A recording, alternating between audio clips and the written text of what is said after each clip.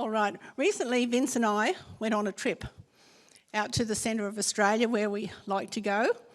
And while we were out there, I'm going to make sure I press the right button here. While we were out there, we saw some things that really were quite magnificent.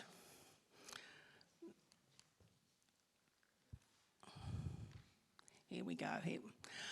These trees, magnificent river red gums. They were everywhere, and especially in some of the dry places that we went. And we saw so many different ones, big ones, smaller ones, ones with great big trunks, and we were fascinated by them. So I thought I'd share some things about them with you this morning. Is that all right?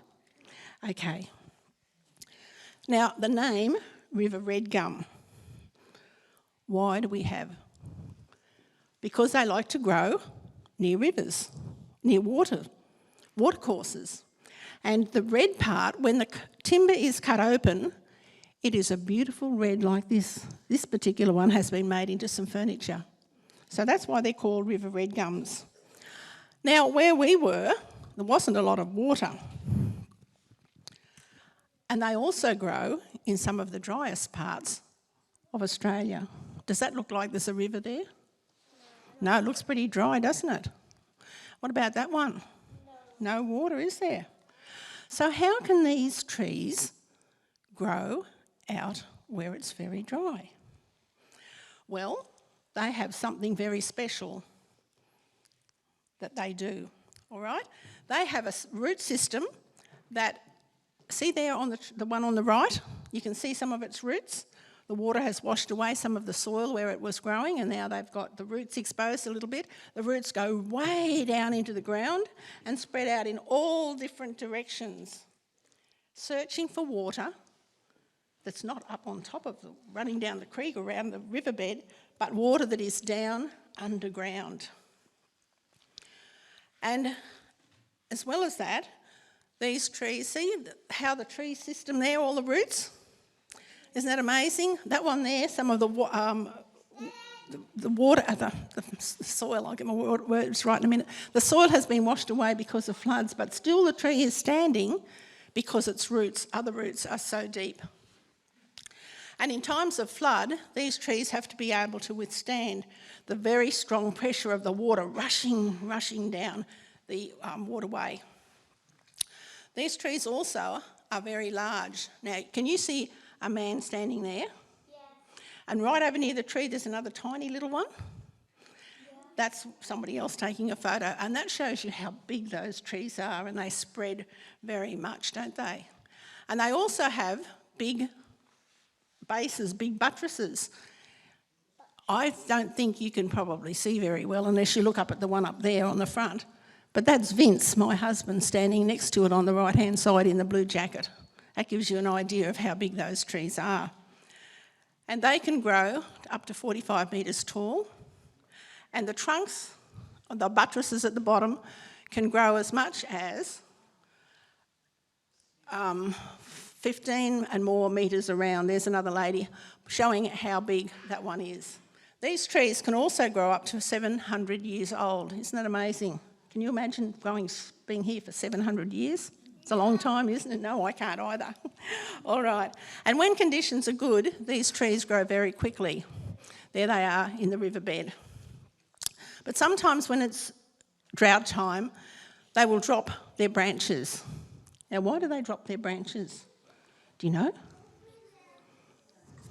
That's all right. Why? I'm not 100% sure, but I think it's so that they can focus on getting water instead of growing out bigger. Very good answer, all right?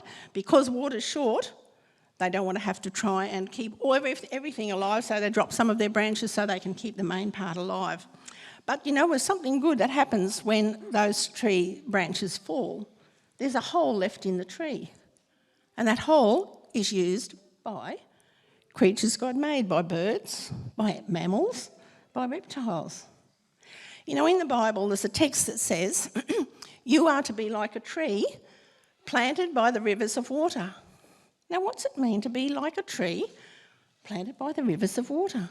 Let's see if we can unpack that a little bit this morning. Here's a tree growing by the water. It's growing there, and the ones that are in the dry that put their roots right down low, they need water to survive and nourishment to survive. And what about us? To be like Jesus, we need to make him our best friend, don't we? Right? We need to read the Bible. We need to pray to him. And the more time that we spend with Jesus, the stronger that we will become. Isn't that wonderful? Now the next one. All right, what can we learn from the roots of the tree? Look at that one there. What was that? It's going into water. Yes, it is growing near the water, and I see how it's been washed away, a lot of the soil underneath that tree as well. All right.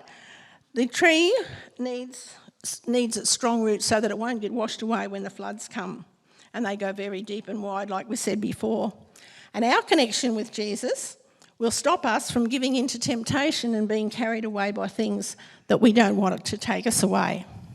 And the last one I want to show to talk about.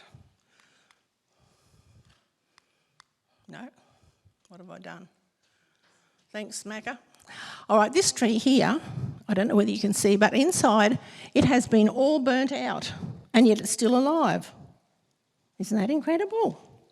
All right, what about us?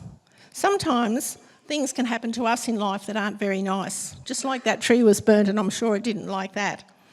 And if we stay close to Jesus, then we can still keep growing to be like him. So I want you to remember, when you hear that text, be like a tree growing by the waters, you know what you can do to help to be like that tree. Thank you, girls and boys, for listening this morning.